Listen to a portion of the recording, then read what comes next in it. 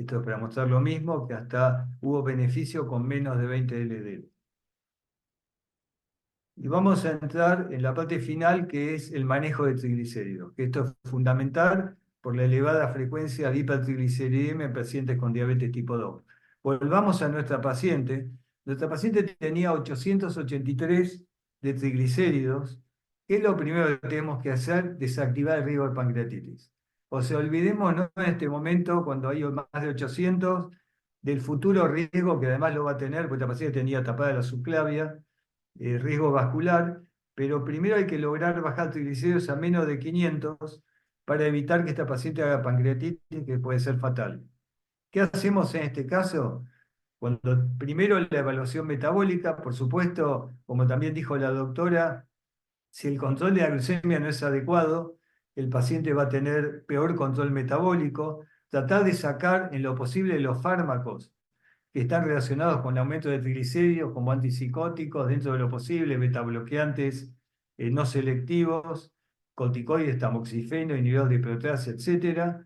Reducir o suspender el consumo de alcohol, incrementar la actividad física, reducir el consumo de carbohidratos y reducir el consumo de grasas saturadas y trans y sustituirlas por vegetales, cereales, grasas monopoliinsaturadas y aceite concentrado diácidos grasos de cadena mediana, como puede ser en parte los aceites de coco.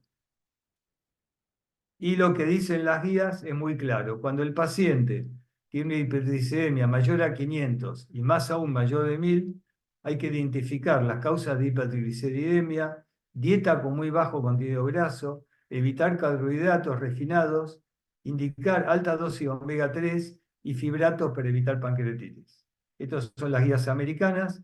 Lo mismo indican las guías de endocrinólogos de Estados Unidos, que ustedes ven, dieta baja en grasas, estatinas, considerar combinar omega 3 y si no funciona hay que agregar fibratos. En este momento hay varias drogas en investigación que son inhibidores de ApoC3 de alto costo que todavía no están libres en el mercado. Bueno, hay una que sí, que es un antisentido, que es volanesorsen, que es para casos ya de hiperkilomicronemia, con pancreatitis reiterada, que no es el caso de nuestra paciente. Ahora, ya entrando en valores más bajos de triglicéridos y en riesgo cardiovascular, hoy los conceptos han cambiado. Hoy sabemos que ya a partir de 100 de triglicéridos el riesgo aumenta. Este es un estudio de la Duke University y el riesgo un poco se aplana cuando pasamos los 200. O sea, ya entre 100 y 200 podemos decir que la hipertrigliceridemia es un marcador de riesgo residual. Este es el estudio PRUVIT que usó 80 de atorvastatina, donde, en síndrome coronario agudo, donde ellos mostraron que el paciente que lograba la doble meta, no solamente lograr un colesterol menos de 70 LDL, sino además que los triglicéridos bajen a 150, es el grupo que más se beneficiaba en cuanto a eventos cardiovasculares. Esto en parte lo mostró la doctora. Fíjense que es interesante. Simplemente con medir trigliceridemia, sabemos que si el paciente, este es el estudio clásico de la doctora Austin de hace muchos años, cuando el triglicérido está por debajo de 95, el riesgo de LDL pequeño y denso es menor al 17-15%. Y otro parámetro que podemos medir en la clínica, que es muy útil y muy simple, es la regulación triglicéridos HDL. Si esta proporción es mayor a 3,8, el riesgo de LDL pequeño y denso es mayor, es alrededor del 80%. Bueno, esto no lo voy a mostrar, lo paso rápido, es el concepto de colesterol no HDL, que ya lo mostró perfectamente la doctora, que es de alguna manera un marcador subrogante del ApoB cuando no disponemos de la medición de ApoB en el laboratorio.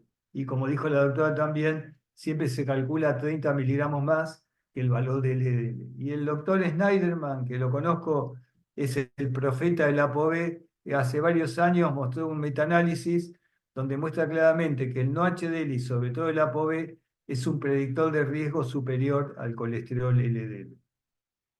¿Qué dicen las guías europeas? que tanto en estos pacientes diabéticos con obesidad, síndrome metabólico, tenemos que manejarnos no con LDL, sino con no HDL, y si es posible con ApoB, que es el marcador más fidedigno, por supuesto, como dijo la doctora, con un método de medición confiable y reproducible. Y también las guías europeas hablan de si hace falta la indicación de fenofibrato o besafibrato cuando persiste una trigliceridemia mayor a 200. Ahora, este concepto es fundamental, ahí me llevó un tiempo entenderlo, pero lo tengo claro ahora. Siempre y cuando damos un fibrato o un tratamiento para bajar triglicéridos, siempre tenemos que chequear el ApoB, porque el doctor Ferenc, este es un estudio de randomización mendeliana, lo que demostró que si no baja simultáneamente el ApoB, esa caída de triglicéridos no tiene impacto en beneficio cardiovascular. O sea, podemos tener una hermosa caída de triglicéridos muy estética, pero no vamos a lograr el beneficio. Entonces tenemos que chequear simultáneamente o colesterol no HDL o ApoB para asegurarnos que esto es útil. ¿Qué pasó? ¿Qué pasa con los estudios de intervención con fibratos? Ustedes saben, el fibrato clásicamente que más se utiliza o se utilizó es el fenofibrato, y el estudio FIELD analizó en pacientes con diabetes 2, en la época que todavía se usaban pocas estatinas, el efecto hipolipemiante y clínico del fibrato. Y el punto final primario, si bien hubo una tendencia a disminución de riesgo, no fue significativamente desde el punto de vista estadístico. Sin embargo, hay puntos secundarios como es eventos cardiovasculares totales y revascularización, donde hubo una caída significativa del riesgo. Pero a mí lo que le doy mucha importancia es esto. Cuando analizamos el perfil lipídico, el fenofibrato fue capaz de bajar tu colesterol total, bajó algo LDL y por supuesto bajó triglicéridos, pero además hubo una reducción de 14% del ApoB. Y eso yo le doy valor por todo lo que expliqué antes, sobre todo en los pacientes que tenían dislipemia combinada como mi paciente, por ejemplo, en el subgrupo de 200, más de 200 de triglicéridos y menos de 42 de HDL, el beneficio fue marcado del 27%. Y además hay algo que todavía no se entiende bien si es a nivel microvasculatura, pero hubo una reducción significativa de amputaciones del 36%.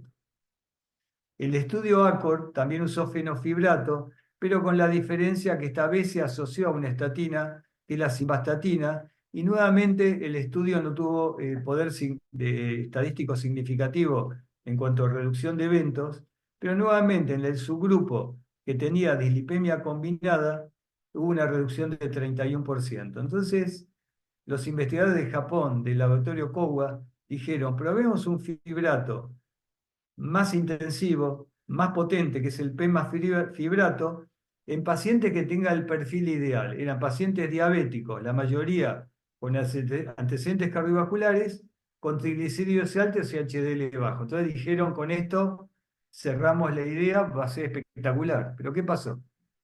Que el estudio se discontinuó por lo que llama en inglés futility, o sea, falta de efecto. O sea, fue tan pobre el efecto que lo paraban antes de tiempo.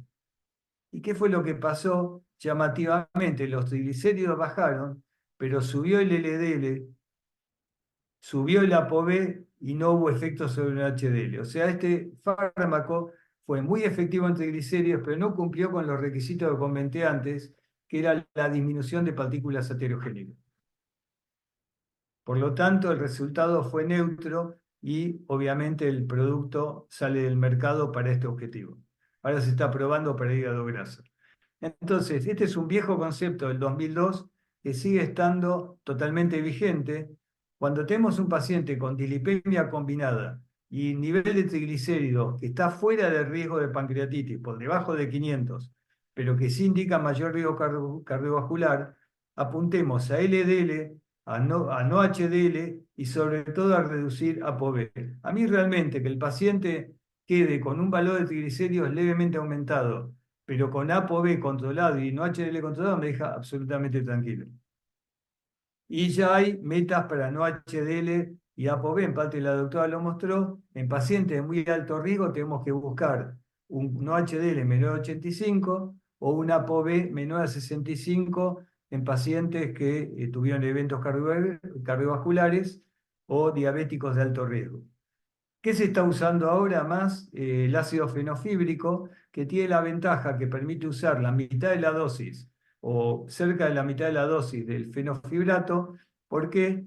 Porque como el fenofibrato requiere una conversión enzimática en el intestino de primer paso hepático, el ácido fenofíbrico no tiene primer paso hepático y eso hace que tenga menor riesgo de interacciones manteniendo la efectividad. Acá vemos estudios de combinación de 135 miligramos de ácido fenofíbrico con estatinas, agregado a estatina, donde vemos que hay una caída significativa en vez de triglicéridos y una caída bastante interesante de ApoB de 10%, que un poco coincide con lo que yo mostré con fenofibrato. Quería mostrar, este es un paciente con diabetes tipo 2, que tuvo un síndrome coronario agudo, lo atiendo en el hospital italiano. Este es el perfil lipídico tomando 2 de pitavastatina. ¿Por qué? Porque el paciente es intolerante a estatinas y la única estatina que toleró fue la pitavastatina para evitar mialgias y dolores musculares y tendones. El paciente tenía este perfil lipídico y a mí no me convencía este valor de triglicéridos de 199 y el ApoB discretamente elevado de 68, yo buscaba una meta de 65.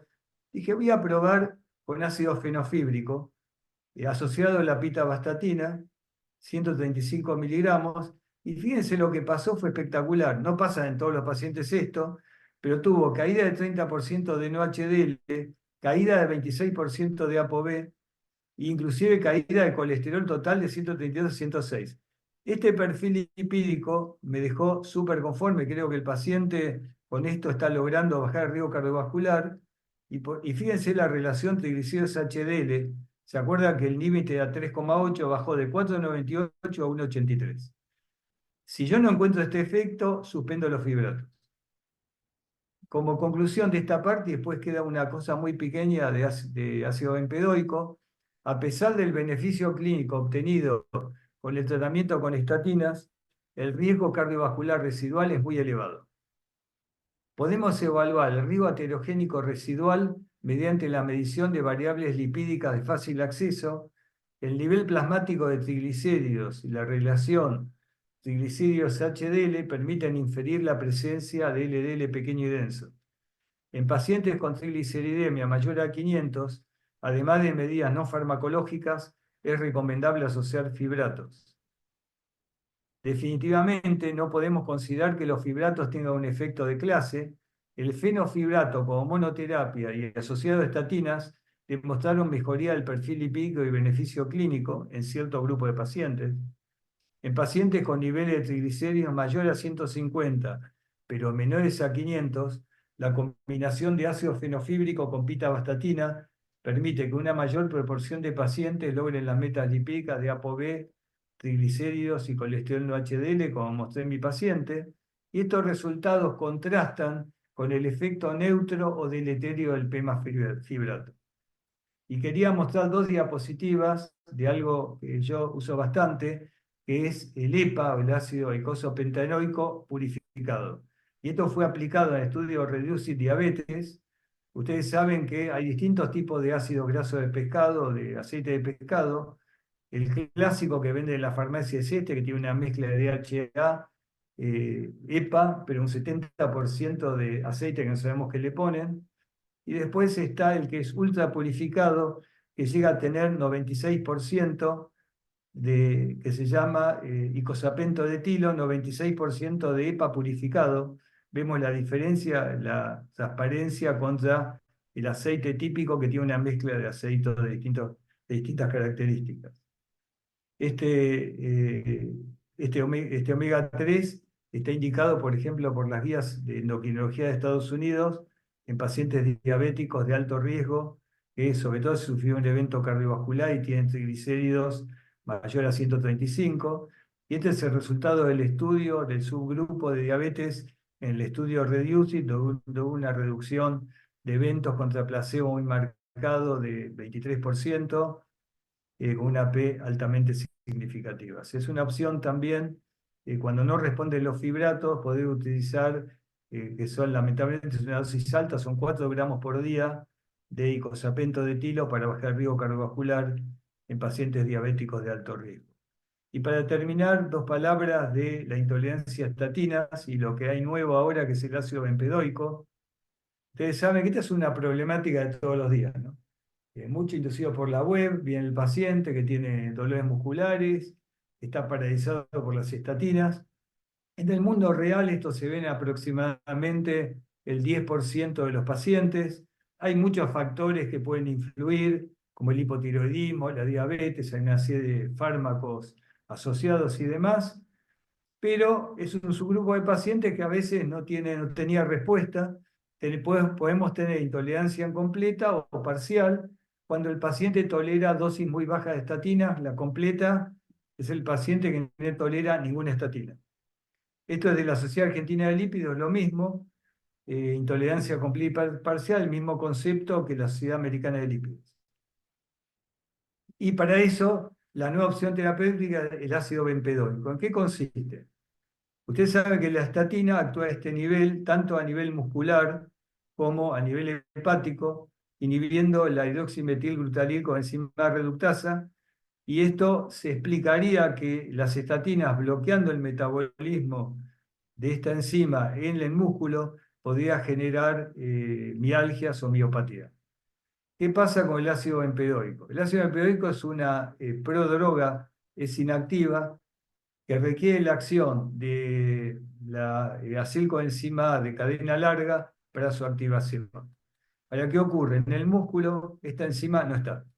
O sea, no hay ninguna posibilidad que este fármaco genere daño muscular porque la enzima que lo activa a nivel muscular no existe.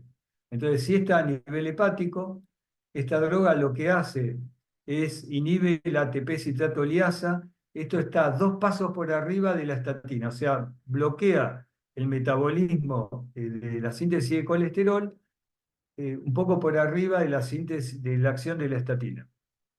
Y lo interesante es que hay efectividad mucho más pobre que la estatina, 16% de caída del LDL en promedio en pacientes que están con estatinas simultáneamente, o sea, intolerantes parciales, y 23% cuando el paciente es naive y no está tratado con estatinas.